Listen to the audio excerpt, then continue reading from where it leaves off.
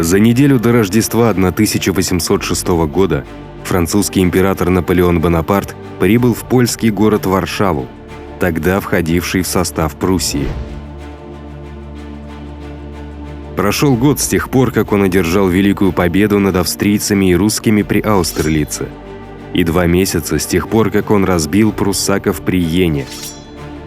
Но у России все еще были мощные силы на поле боя, самой важной из которых была русская первая армия, которой командовал генерал Бениксен. Наполеон не станет хозяином Европы, пока она не будет побеждена, а Россия и Пруссия не будут вынуждены заключить мир. Но той зимой первая попытка Наполеона заманить Бениксена в ловушку близ Пултуска увязла в густой польской грязи. Русские отступили в Белосток. Французской армии, полуголодной и замерзшей, было приказано разместиться на зимних квартирах. Находясь в Варшаве, Наполеон завел знаменитый роман с молодой польской дворянкой Марией Валевской. В конце XVIII века некогда могущественная Речь Посполитая была поглощена своими соседями Россией, Австрией и Пруссией в результате серии аннексий, известных как «разделы», пока в 1795 году третий и последний раздел не стер Польшу с карты. Теперь польские патриоты смотрели на Наполеона как на своего спасителя, молясь, чтобы его победы над оккупантами привели к возрождению польского государства. Мария Валевская стала любовницей Наполеона, чтобы способствовать этому делу. Простые французские солдаты, однако, мало любили Польшу. Она была нищей, холодной, и они скучали по дому. Показатели дезертирства резко выросли. Было даже около 100 случаев самоубийства. Маршал Ней, командующий 6-м корпусом, направил патрули в сторону Гельсберга в поисках лучшего жилья. То, что они обнаружили, были русские и прусские солдаты в движении. Они наткнулись на неожиданную зимнюю атаку Бениксена. Наполеон быстро устроил ловушку для русской армии, приказав Нею и Бернадоту отступить и заманить Бениксена на запад, в то время как он повел остальную армию на север, чтобы напасть на его фланг и тыл.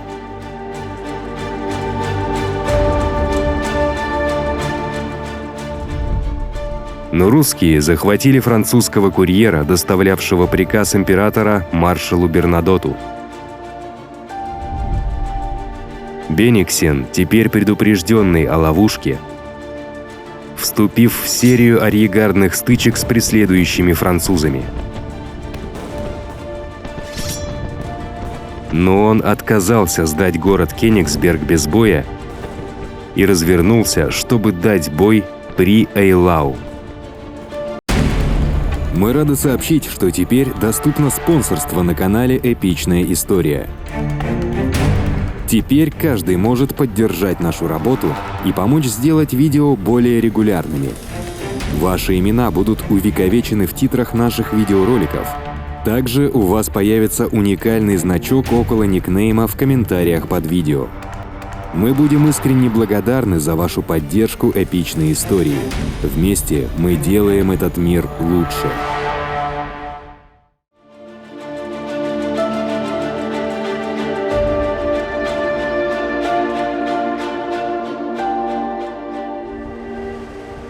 Битва при Эйлау, длившаяся более 2 дней, была одной из самых жестоких наполеоновских битв, велась в ледяных условиях, и ни одна из сторон не отступила. 7-й корпус маршала Ажеро, наступавший перед лицом снежной бури, сбился с пути и был рассеян огнем русских пушек. 5 французских «Орлов» были потеряны. Армия Наполеона была спасена только разрушительной массированной кавалерийской атакой в 10 000 всадников, возглавляемой бесстрашным маршалом Мюратом, и запомнилась как одна из величайших кавалерийских атак в истории. При Эйлау впервые в качестве императора Наполеону не удалось одержать явную победу на поле боя. Он и русские скрыли истинный масштаб своих потерь. Но по оценкам, обе стороны потеряли в этой бойне треть своих армий. После ужасов Эйлау обе армии искали время для отдыха и восстановления сил. Тем временем, недавно сформированный французский 10-й корпус под командованием маршала Лефевра осадил Данциг, удерживаемый 13 тысячами пруссаков под командованием генерала Калькройта. Город подвергся сильным французским бомбардировкам и штурму пехотой. Через 8 недель, без всякой надежды на подкрепление, 27 мая прусский гарнизон сдался. Северный морской фланг Наполеона был теперь защищен от любой возможной высадки русских. Французский император теперь командовал армией численностью 190 тысяч человек против всего 115 тысяч русских и прусских войск. Но именно Бениксен двинулся первым, начав внезапную атаку на 6-й корпус Нея 5 июня. Ней провел блестящий боевой отход и отступил. Бениксен потерял элемент внезапности и с наступлением Наполеона снова отступил.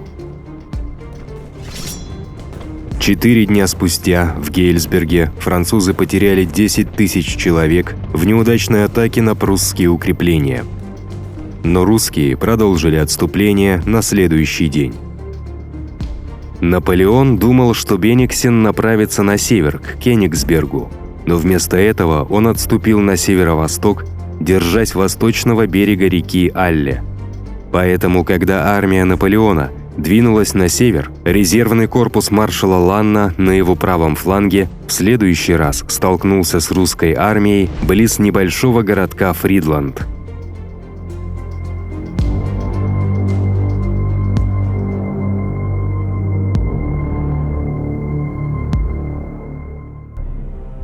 Ближе к вечеру 13 июня русские кавалерийские разведчики сообщили генералу Бениксену, что они обнаружили один французский корпус во Фридланде. Бениксен решил, что у него есть время пересечь реку Алле и разбить этот изолированный корпус, прежде чем остальная французская армия сможет прибыть, чтобы спасти его, и он приказал своей армии начать форсирование реки.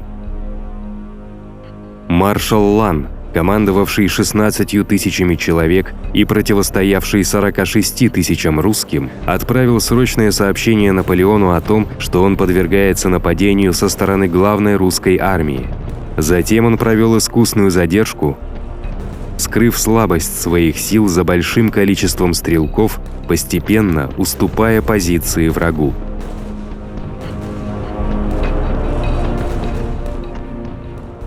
Лан все еще сдерживал русских, даже когда стемнело. В ту ночь русские инженеры построили 3 понтонных моста во Фридланде, чтобы ускорить перемещение войск через реку. Но Бениксен шел на огромный риск. Если бы это переросло в крупное сражение, его армии пришлось бы сражаться спиной к реке, а крутые берега Мельничного ручья отделяли ее левое крыло от правого. Бениксен также сильно недооценил скорость, с которой отреагирует великая армия Наполеона. В ту же ночь прибыло первое французское подкрепление. Сам император не сильно отставал.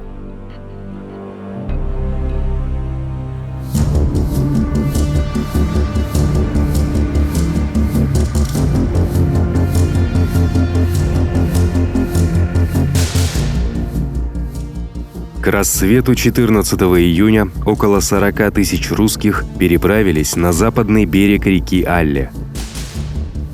Бениксен приказал атаковать деревню Хайнрихсдорф, чтобы обойти французов с левого фланга. Но подкрепление французской кавалерии во главе с генералом Груши перехватило русских. Более чем за час атак и контратак французские всадники наконец отбросили русских назад. 8-й корпус маршала Мортье прибыл для усиления французского центра.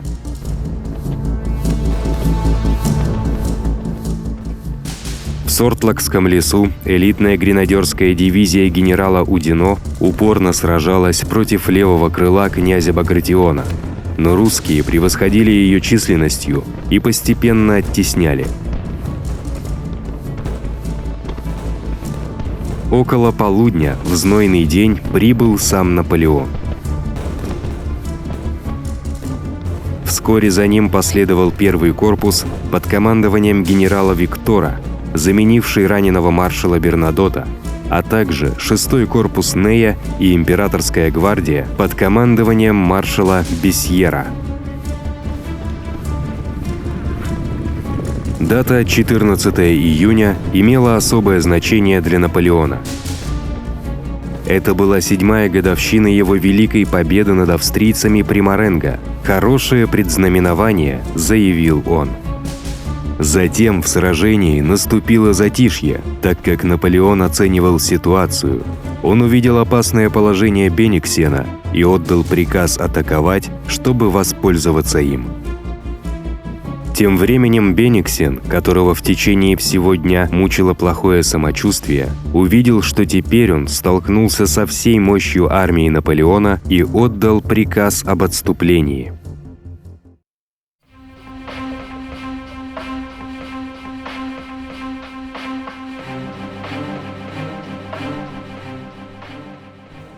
Но прежде чем Бенниксен смог начать отступление, в 5:30 вечера 3 залпа из французских орудий возвестили о начале атаки Наполеона.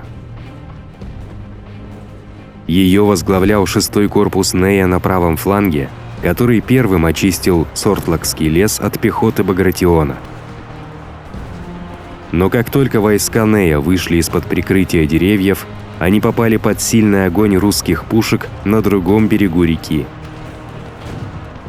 Когда наступление французов пошатнулось, князь Багратион собрал своих людей и начал кавалерийскую контратаку. Корпус Нея отступил.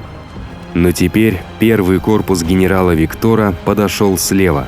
Командующий артиллерией генерал Сенармон выдвинулся вперед с 30 орудиями и выстрелом в упор расстрелял русских. Сотни русских были убиты в течение нескольких минут. Под этим натиском люди Багратиона начали колебаться, а затем отступать. Около 7 часов вечера российская императорская гвардия предприняла отчаянную контратаку, пытаясь остановить наступление французов на Фридланд. Но они были в меньшинстве, и противник превосходил их в вооружении. Как только взрывающиеся снаряды начали разжигать пожары во Фридланде, французский центр и левое крыло присоединились к атаке. Когда единственный путь отступления оказался под угрозой, вся русская армия начала паническое отступление к реке. Но дома и мосты Фридланда теперь горели. Город стал смертельной ловушкой для русских. Многие утонули, пытаясь пересечь реку. Другие были убиты или захвачены в плен. К северу от Фридланда некоторым подразделениям удалось переправиться через брод или вдоль берега реки. Но не было никакой возможности скрыть ужасное поражение русских. Битва при Фридланде была одной из самых решающих побед в карьере Наполеона. Ценой 10 тысяч жертв он нанес вдвое больше потерь русским. Около 20 тысяч человек убитыми, ранеными или взятыми в плен. 40% армии Бенниксена. На следующий день пруссаки покинули Кёнигсберг, который был занят 4-м корпусом Сульта, в то время как разбитая армия Бенниксена отступила через реку Неман в Россию. Советники царя Александра умоляли его заключить мир с Наполеоном. Он принял их совет, и было достигнуто соглашение о прекращении огня.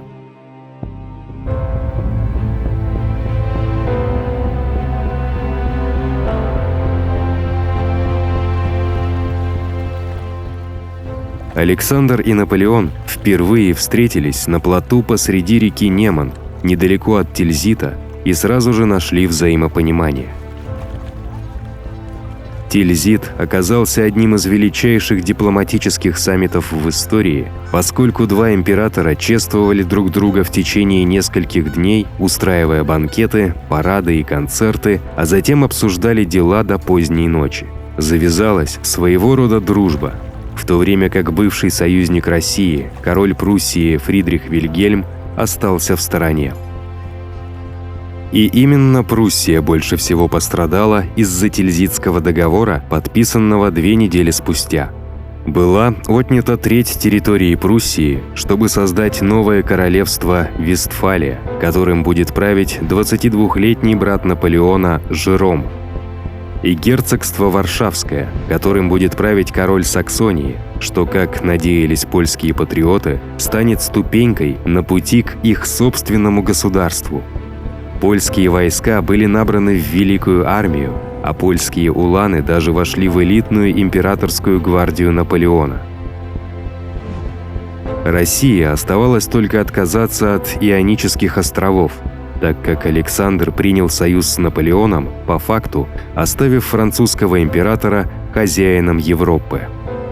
Александр даже согласился присоединиться к континентальной блокаде, экономической блокаде Великобритании Наполеоном, которая запрещала британским кораблям и товарам заходить во все контролируемые Францией порты. Эта система была создана прошлой зимой Берлинским декретом Наполеона.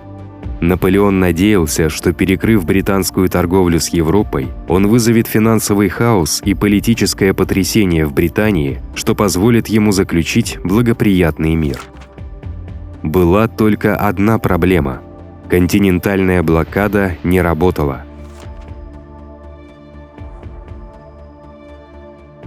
Мало того, что было невозможно обеспечить соблюдение блокады, повсеместно распространилась контрабанда. Эта система нанесла такой же ущерб французской торговле, как и британской. Решающим оружием в этой экономической войне окажется британский Королевский флот, который тем летом обеспечил свое дальнейшее морское господство, нанеся упреждающий удар по нейтральному датскому флоту в Копенгагене, захватив их военные корабли до того, как они могли попасть в руки Наполеона. Эскадры Королевского флота блокировали все крупные французские порты, захватывая любые суда, торгующие с Францией, обеспечивая при этом британским торговцам возможность продолжать торговлю за рубежом в относительной безопасности. Военно-морской флот даже захватил крошечный датский остров Гельголанд в качестве базы для контрабанды британских товаров в Европу. Но самым катастрофическим для Наполеона было то, что континентальная блокада втянула его в два конфликта, которые оказались губительными для его империи. Первый будет вестись на Пиренейском полуострове, где Наполеон решил заставить союзника Великобритании Португалию присоединиться к континентальной блокаде. В ноябре 1807 года французские войска при поддержке своего испанского союзника вторглись в страну.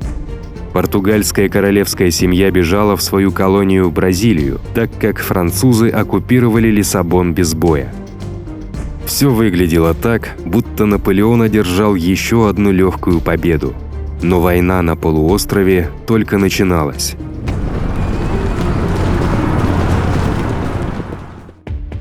Спасибо за просмотр. У нас появилась группа ВКонтакте, Твиттер и Телеграм-канал. Ссылки будут в описании. Подписывайтесь, там мы будем выкладывать интересные материалы по истории, а также сообщать о выходе новых роликов. А если вам понравилось это видео, пожалуйста, подпишитесь на наш канал, поставьте лайк и обязательно поделитесь им со своими друзьями. Отдельная благодарность Кириллу Дрельесу и Шерлоку Холмсу.